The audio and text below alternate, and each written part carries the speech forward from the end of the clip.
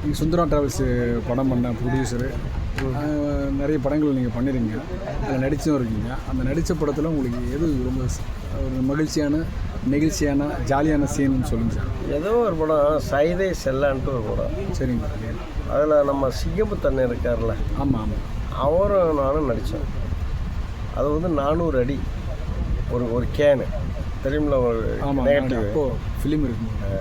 அதில் வந்து நானும் சிங்கமுத்தண்ணன், அதாவது படம் ஏன் தோல்வி ஆகுது, தோல்வி ஆனதுக்கு யார் காரணம், அப்போ பாவப்பட்ட ஆளை ப்ரொடியூசர்லாம் எப்படி கூப்பிட்டு வராங்க அங்கே பேசி வந்ததுக்கப்புறம் அந்த படம் ஓடலைன்னா எப்படி அதில் ஜம்ப் ஆகுறாங்க அப்படிங்கிறது ஒரு படம் நடித்தேன்.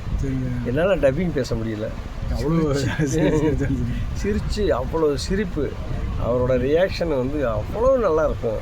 அந்த இவர் சிங்கமுத்தண்ணன் பேச ஒரு ரியாக்ஷன் தருவார்ல, அது எனக்கு பிடிச்சிருந்தது. கவுண்ட் மணிக்காத ஆள் அடுத்தது